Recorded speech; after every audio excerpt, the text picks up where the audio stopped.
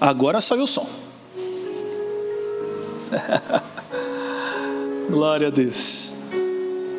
Segunda carta aos Coríntios, capítulo de número 12, verso de número 7 ao verso de número 10. Quem encontrou diz amém? Amém. Quem não encontrou é só olhar para cima, nós estamos chique.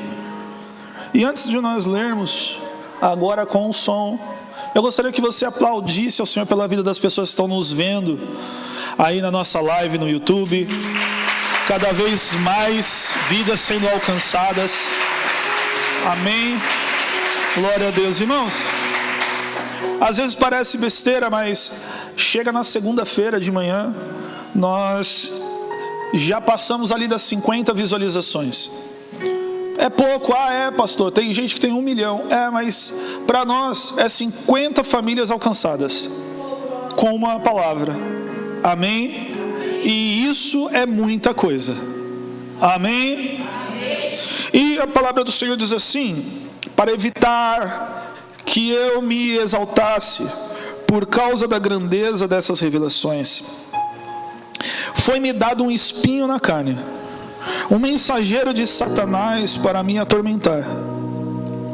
3 vezes pedi ao Senhor que tirasse de mim. Ele, porém, me disse: a minha graça é suficiente para você, pois o meu poder se aperfeiçoa na fraqueza. Portanto, eu me gloriarei ainda mais alegremente nas minhas fraquezas, para que o poder de Cristo repouse em mim. Por isso, por Cristo, alegro-me nas fraquezas, nos insultos, nas privações, nas perseguições, nas angústias, pois quando sou fraco, então é que sou forte. Amém? Me lembro de, em torno de 20 anos atrás, uns 20 anos atrás, um congresso. Na época que eu era jovem ainda. Você está rindo, né, Felipe? Só porque você já passou dos 40, né? Que o tema do congresso era: a minha graça te basta. E nessa manhã, meditando na palavra do Senhor, eu me lembrei que eu acho que foi a última vez que eu ouvi falar sobre essa palavra. Nós estamos em um contexto cristão, estamos em um contexto da igreja, em que nós buscamos muitas coisas. E não é errado. Nós buscamos a bênção, nós buscamos prosperidade, nós buscamos unção, nós buscamos avivamento, nós buscamos tantas coisas relacionadas a Cristo, que a graça parece que ficou barata e já não tem mais tanto valor assim. Dificilmente hoje nós vamos ouvir uma ministração sobre graça, porque parece que já é suficiente saber que é um favor que nós não merecemos, e nós baseamos tudo apenas a nossa salvação, como se não fosse nada. Nós olhamos a palavra graça e parece que nós já estudamos e conhecemos tudo. Só que deixa eu te dizer uma coisa: a palavra graça é uma das primeiras palavras com o direcionamento de vida dentro da Bíblia. E antes mesmo de Deus formar o homem em todas as coisas, a teoria e a ideia da graça já era formada. Porém, nos dias de hoje nós olhamos e queremos buscar aquilo que nos satisfaz, e não dando apoio ao egocentrismo, Mas não está errado buscar aquilo que nós queremos. Não está errado dobrar o nosso joelho e orar ao Senhor para ter algo melhor. Não está errado pedir ao Senhor um carro, uma casa, uma roupa. Não está errado pedir para o Senhor para que você possa comer melhor. Não está errado que você possa pedir para o Senhor um ministério melhor. Não está errado que você queira alcançar lugares que você ainda não alcançou. Não é que isso está errado. Nós estamos vivendo um momento da nossa igreja que nós já não sabemos mais o que é certo ou o que é errado. Nós estamos vivendo um momento da igreja que nós queremos apoiar, ou nós apoiamos toda a nossa fé aqui, ou nós apoiamos toda a nossa fé na salvação e deixamos e começamos a entrar numa ideia, numa conduta de que nós não precisamos pedir, ou se pedirmos nós só precisamos pedir para os outros, ou se não é para pedir para os outros é porque Deus já sabe de tudo, então nós não precisamos mais orar. Nós estamos vivendo um momento de ataque de Satanás contra a nossa intimidade, contra a oração, contra o nosso momento com Deus. E Satanás está roubando cada dia mais tudo aquilo que Deus depositou em nosso coração. E deixa eu te dizer que quando nós olhamos para a Bíblia e nós vamos ver sobre a graça, parece algo tão simples e singelo, parece algo que vai passar rápido ou que já não tem mais valor. Nós olhamos para a palavra graça e nós sabemos o que é. É um favor que não merecemos. Do latim gratia, que é favor para quem é grato. E nós deixamos um pouco essa matéria como se não fosse suficiente para o Evangelho. A primeira vez que nós olhamos para a Bíblia e vemos a palavra graça na Bíblia, nós vamos ver quando o capítulo de número 6 de Gênesis, quando Deus dá o projeto da arca para Noé. E ele diz que a minha graça está sobre Noé para executar o projeto que eu entreguei para ele. A graça de Deus estava sobre a vida de Noé para que ele pudesse salvar ou continuar as gerações. Não que Deus precisasse de Noé, e é isso que nós precisamos entender. Quando nós adentramos no ambiente graça, você vai ver um Deus autossuficiente que não tem a necessidade de ter um homem, mas Ele quer ter. Porque Deus poderia ter acabado com tudo no dilúvio e ter descido novamente, ter feito outro boneco, soprado na narina de novo, mas não. A Bíblia diz que a graça, aquilo que Noé também não merecia, estava sobre ele para que ele pudesse construir aquele barco, a arca, para salvar quem se convertesse. A arca de Noé não foi construída apenas para ele e para a família, mas para todo aquele que ouvisse, se convertesse, poderia entrar. Todo aquele que ouvisse poderia estar dentro da arca. Porém, a Bíblia vai dizer que nos tempos de Noé, mesmo Noé dizendo, olha, está vindo um dilúvio, as pessoas continuavam a viver. Jesus vai fazer menção desse tempo no livro de Mateus, capítulo de número 20, ele vai dizer, olha, assim será os últimos dias, como nos dias de Noé. Eles estavam casando e se dando em casamento. Ninguém estava percebido, até que veio o dilúvio. A Bíblia diz que o próprio Deus fecha a arca pelo lado de fora.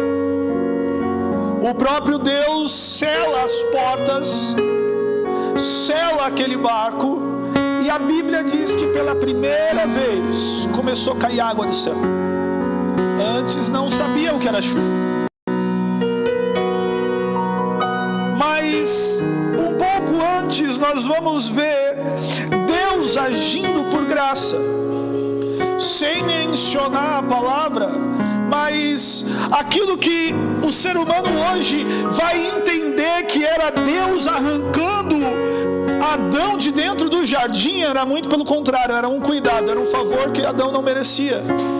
Deus estava direcionando Adão para fora, porque se ele continuasse lá, ele ia ser um eterno pecador, e não era isso que Deus queria. E Deus se move pela graça para transpor Adão para o lado de fora. Mas pastor, Deus corrigiu? Não, Deus amou Adão e disse: Adão, você ficar aqui, você vai morrer, e eu não quero que você morra para sempre, eu não quero que você se perca para sempre, você precisa ter uma história nova. Parece simples, mas nós vamos esquecendo daquilo que Deus vai fazendo por nós. E Paulo escreve e diz um dos textos sobre graça mais conhecidos. A Bíblia vai relatar que Paulo está nos seus últimos meses de vida. Ele escreve a segunda carta aos Coríntios. Paulo já teria em torno ali dos seus 70 anos. E 70 anos já dá para saber de muita coisa.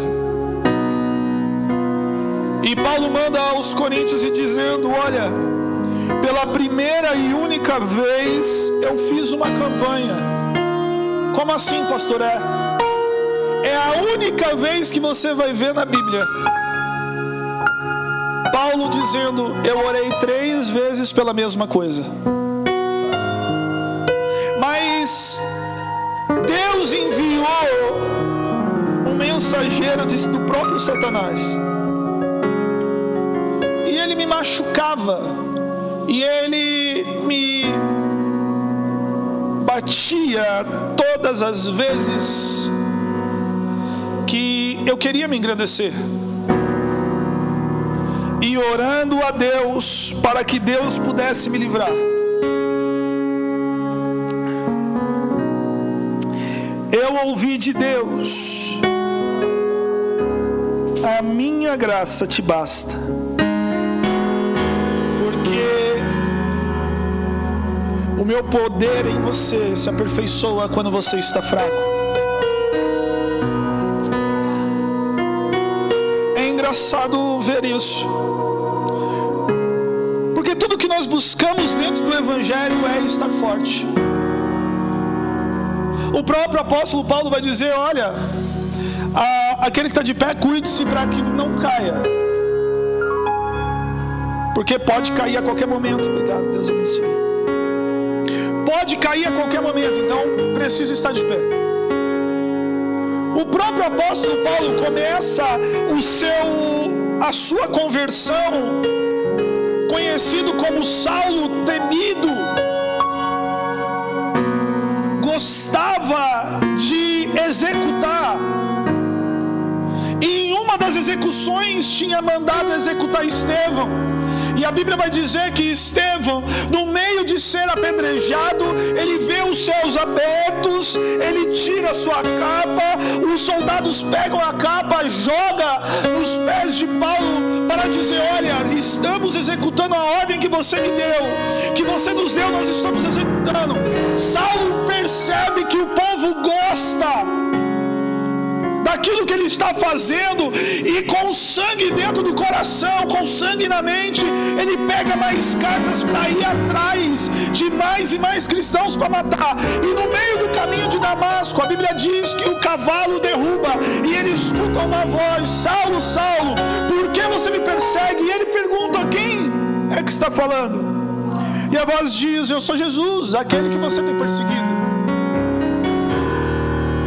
E a Bíblia diz que Saulo é levado ali para a cidade, aonde encontrou alguns cristãos que eles não queriam que Saulo fosse, porque o medo que eles tinham de Saulo era: ele está fingindo que se converteu, vai chegar aqui e vai matar todo mundo. A Bíblia diz que Saulo passa alguns dias sem enxergar, começa a aprender de Cristo, e logo que ele aprende, ele é enviado e começa a fundamentar o evangelho em outras cidades. A Bíblia diz que ele começa a abrir igreja, ele começa a abrir templo, ele começa a formar, e aquilo começou a expandir. Paulo, no meio ainda do seu interesse, da sua inteligência, ele discute com o próprio Pedro na igreja de Gálatas sobre aquilo que seria usual ou não usual do judaísmo para os cristianismos. Paulo, com toda a sua vontade que ele tinha de pregar o evangelho, ele continua ali a brigar pelas causas da igreja com força, com ânimo. Porém, no final da vida, aquele leão que parecia que iria mastigar qualquer um que ficasse na frente, parece um gatinho preso dentro de uma casa em Roma, dizendo: olha, eu orei 3 vezes para que Deus tirasse de mim, mas Ele não tirou. Ele disse que a minha graça te basta,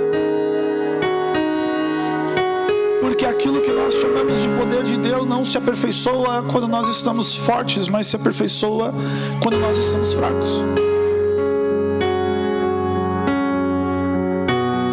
Muitas das vezes nós buscamos força, nós queremos ser restabelecidos, nós queremos estar prontos, animados, motivados para continuar a caminhada, e na verdade o poder de Deus não se aperfeiçoa quando nós estamos bem, se aperfeiçoa quando nós estamos mal. O próprio Paulo vai ensinar na igreja de Roma. Ele vai dizer: olha, para você entender o que é bom, perfeito e agradável, é necessário você ter uma mudança de mente, é necessário você passar por uma metanoia, porque o que é bom, perfeito e agradável para o Senhor não é bom, perfeito e agradável aos nossos olhos. O que é bom, perfeito e agradável para Deus é diferente de tudo aquilo que nós estamos acostumados. O Paulo, antes que brigava, que falava, que montou inúmeras igrejas, e todas as igrejas da Ásia Menor foram construídas pela mão de Paulo, e estava agora escrevendo uma carta para o seu discípulo chamado Timóteo, dizendo: olha, Timóteo, meus dias acabaram, eu combati o bom combate, eu acabei a carreira e guardei a fé. Continue você agora, só que o conselho agora é diferente. O conselho não é vai e briga, vai e luta, vai, não. O conselho, olha, vai e pregue o evangelho em tempo e fora de tempo. Pregue se eles aceitarem, pregue se eles não aceitarem, amando-os como Cristo amou você.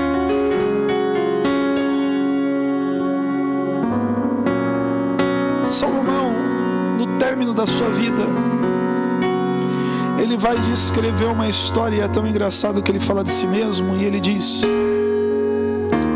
eu conheci um jovem que buscou a sabedoria, e ele queria ser sábio, e ao encontrar a sabedoria, possuí-la, conviver com ela a vida toda, ele descobriu que até ter sabedoria é vaidade. Querido, Davi, mesmo sendo rei Davi, mesmo tendo riqueza, poder, mesmo tendo homens que matariam por ele, e assim provaram, ele escreve um cântico conhecido por nós como Salmo de números 23. E ele diz: o Senhor é o meu pastor, e nada me fará falta. Mesmo tendo tanto, mesmo sabendo tanto, ele se compara a uma simples ovelha que não briga, que não corre de inimigo, que se não houver um pastor morre de fome. Ele se compara dizendo: o Senhor é o meu pastor e eu não vou sentir nada de falta. Sabe o que eu quero te dizer com isso? Será que as nossas corridas, as nossas lutas, será que os nossos dias não estão tão complicados assim? E nós estamos abrindo mão daquilo que a graça pode nos dar? Ei, querido, o favor imerecido, ele te preenche por completo. Porque deixa eu te dizer uma coisa: Jesus nunca complicou a coisa. Deus nunca complicou a coisa. Jesus sempre disse: olha, eu vou embora, olha, eu vou embora, olha, eu vou embora. Não, quando ele foi indagado, ele disse: eu vou, mas eu não vou deixar vocês sozinhos. Sozinhos vocês não vão ficar. Eu vou enviar o Consolador, o Ajudador, o Professor, aquele que vai estar com vocês até a consumação, até que os séculos acabem. Será que nós não estamos complicando aquilo que é descomplicado? Será que o anseio de nos comparar com as pessoas que estão lá fora está nos roubando o alvo que é Cristo? Davi foi expert nesse assunto. Inúmeras vezes ele fala para Deus: Deus, olha o ímpio, eles estão prosperando, eles estão rindo de mim, eles estão dizendo que vão me matar, eles estão dizendo que vão acabar comigo. E Deus sempre respondeu a mesma coisa: filho, calma. No fim, vai ter a diferença daquele que serve e daquele que não serve, daquele que está realmente em mim e aquele que não está. Mas parece que essa geração do Instagram, essa geração da rede social, precisa ter aquilo que talvez nem é para nós, precisa fazer aquilo que nós nem queremos, só para mostrar. Parece que a graça ficou tão desvalorizada que é até sem graça. As nossas pregações, elas precisam estar cheias de frases motivacionais, frases de efeito, pautadas em inúmeras estratégias e técnicas de comunicação, porque se não elevar o público, parece que Deus não falou. Parece que se não tiver aquilo que denominamos como fogo, parece que Deus não está aí. Na verdade, às vezes nem conhecemos aquilo que é fogo. Porque deixa eu dizer uma coisa: você já viu fogo fazer barulho?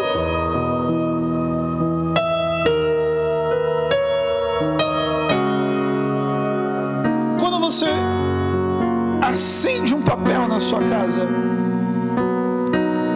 você consegue ouvir um grande barulho daquilo? Não. Por que se morre pessoas queimada num prédio, alguma coisa assim. Porque às vezes muitos estão dormindo e aquilo tudo não faz barulho, só consome. Mas nós estamos esperando um evangelho de barulho. E deixa eu dizer uma coisa, isso não é de agora. Na época de Jesus era assim, até que Jesus diz: olha, vocês estão parecendo sepulcros caiados, por fora são de ouro, bonito, mas dentro já estão mortos. Nós já não conseguimos mais extrair o melhor daquilo que Deus tem para nós. Você olha homens fortes, corajosos, ousados começarem com toda a força da vida, mas quando eles terminam, eles mesmos dizem: tudo que eu fiz até agora foi vaidade. Mas pastor, Salomão pediu sabedoria para governar o povo. Sim, pediu. Mas ele usou a sabedoria só para governar o povo? Não, não usou. Foi tão sábio e tanta sabedoria que até os 666 que a gente conhece como o número da besta de Apocalipse saiu das mãos de Salomão, para no final ele dizer: eu conheci um jovem que correu atrás de sabedoria. No final da vida, Salomão vai dizer: olha, não existe nada que possa fazer o homem ficar mais feliz do que sentar à mesa e comer a comida que mais gosta. Olha, eu possuí tudo. Eu tive mais vacas do que qualquer um na face da terra. Eu tive mais ovelhas do que qualquer um na face da terra. Eu tive mais ouro do que qualquer um na face da terra. E eu percebi que minha vida passou como um sopro. Paulo chega na igreja de Éfeso, capítulo de número 5, e diz: olha, chegou o momento de vocês redimirem o tempo, resgatarem o tempo de vocês, porque os dias são maus. Querido, nessa manhã, Deus quer trazer uma reflexão sobre a sua alma, sobre a sua mente, sobre o teu espírito. Porque se a graça não for o suficiente, sobre o que você está correndo atrás? Se ter a presença, estar na presença, um culto como esse, não for o suficiente, algo está de errado. Querido, se a graça de Cristo não for o suficiente, o amor de Cristo no nosso coração, para nós entrarmos aqui, de nada vale.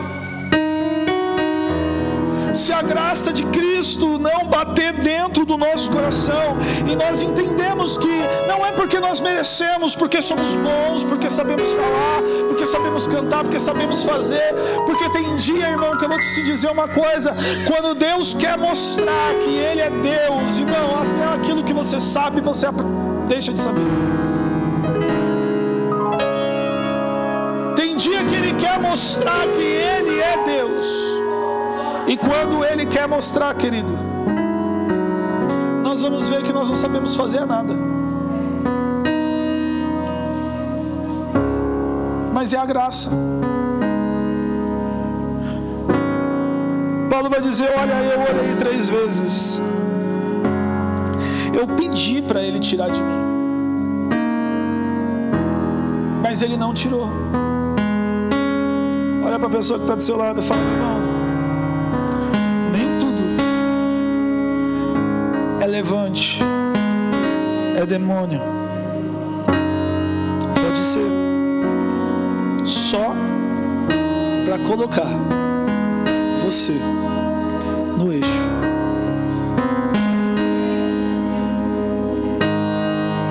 Alguns historiadores vão dizer que Paulo ele ficava cego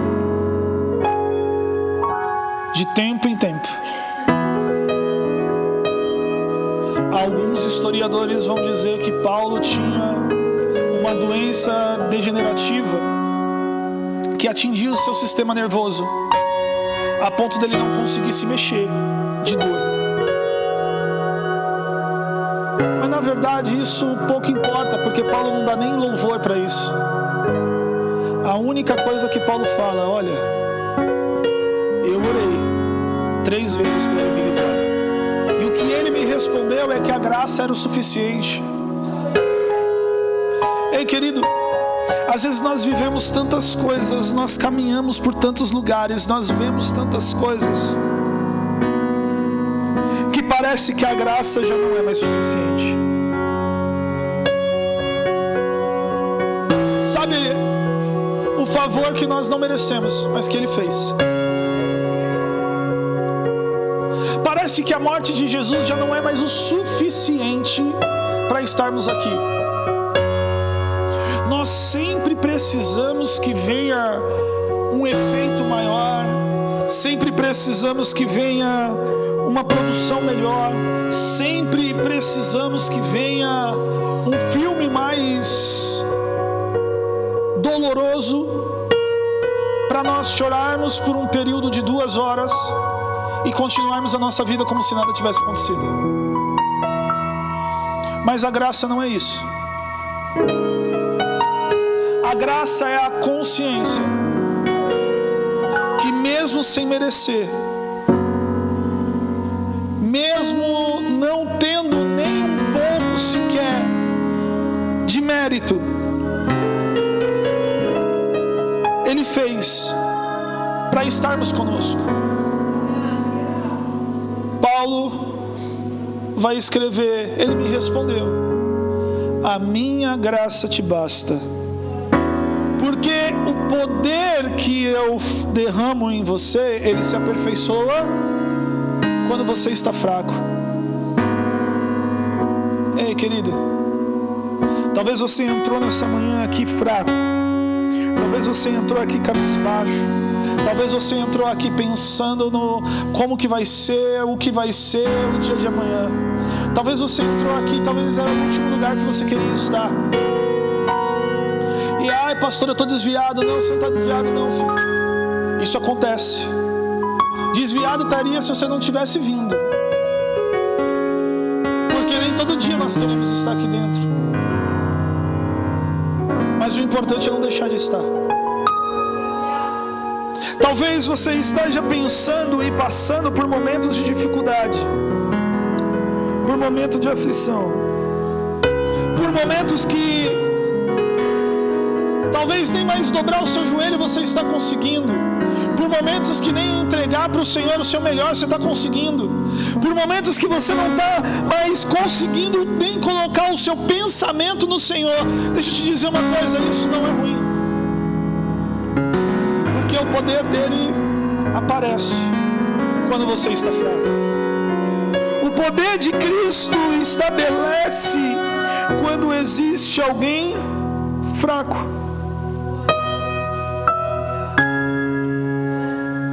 E deixa eu dizer, não deixe que os dias se passem, não deixe que os anos acabem para você entender isso. Salomão esperou os seus últimos minutos para entender. Davi entendeu só depois de já ter perdido toda a sua família.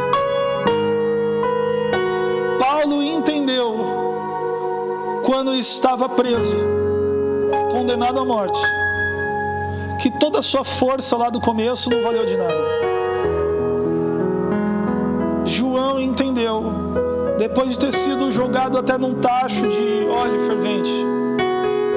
Ele entendeu que era só Jesus. Pedro foi cair a ficha quando pela mão do Império Romano foi mandado vendo ser crucificado. E quando ele olhou a cruz, ele disse: eu só preciso pedir uma coisa. Façam isso, mas façam de ponta cabeça, porque eu não sou digno de parecer com ele. Sabe, querido, às vezes nós precisamos olhar para aquilo que é simples ainda da Bíblia. Às vezes precisamos olhar para aquilo ainda que nos traz a salvação. Estudar é bom, teologia é bom, escatologia é bom, tudo é bom. Devocionais, hoje nós temos inúmeras formas de fazer devocional. Mas deixa eu dizer uma coisa: nada vai suprir o você entrar dentro do seu quarto, fechar a porta e acessar o seu Deus que está no secreto. E isso não tem teoria, isso não tem forma, isso não tem fórmula. Querido, a graça ainda é o suficiente. Entra ano e passa ano, a graça ainda sempre será o suficiente para estarmos na presença de Deus. Porque é a graça que nos fortalece, é a graça que nos anima, é a graça que nos faz continuar mesmo no meio de todas as situações que nós vivemos. É a graça. Sabe quando tudo parece que vai acabar, mas tem aquela última chama dentro de você que não te deixa parar, que você não sabe explicar? Isso é a graça. É aquilo que nós não merecemos, mas está lá dentro. É aquele sentimento que, mesmo tudo desmoronando, você sabe que você não está sozinho. Mesmo você querendo se sentir sozinho, você não está.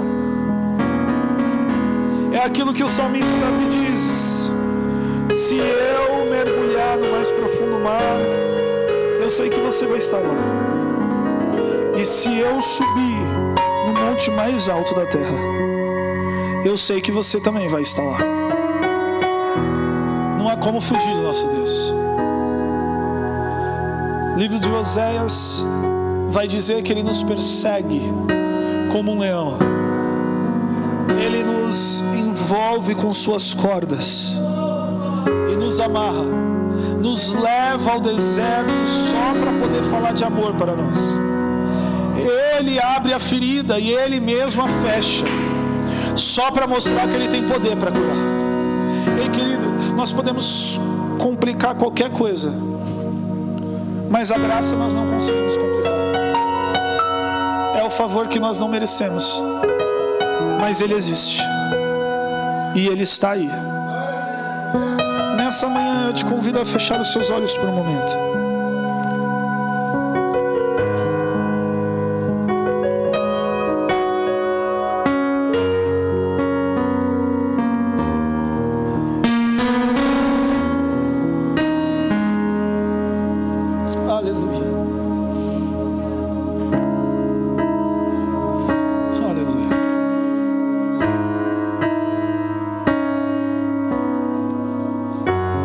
Querido, nesse momento que você está se perguntando por quê, Deus só está querendo te apresentar a graça. Mas pastor, mas para que tudo isso? Ei, irmão, é para o poder dele se aperfeiçoar em você. É para o poder dele entrar dentro do seu coração, dentro do seu peito. É para você entender que nós não conseguimos complicar as coisas. Nós não precisamos de tanta teoria. Nós não precisamos de tantos contextos para dizer que a graça do Senhor é a única coisa que precisamos. É a graça. É a graça. Então nessa manhã eu te convido, você que entrou aqui desanimado, cansado, eu te convido não a orar para que isso passe, mas para orar que a graça se estabeleça em você. Quer ser forte? É a graça. Quer ser corajoso? É a graça. Quer ser ousado? É a graça. Quer profetizar? É a graça. Quer orar? É graça. Tudo é pela graça. É a graça de Deus em nós. Então nessa manhã eu quero orar por você. Você que entrou nessa manhã fraco, querendo uma resposta de Deus.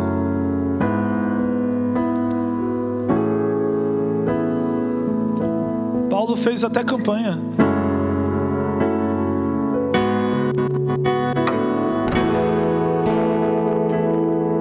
Para ouvir que a graça era o suficiente para ele. Então nessa manhã você que precisa de solução, eu gostaria que você se colocasse de pé. Eu quero orar por você.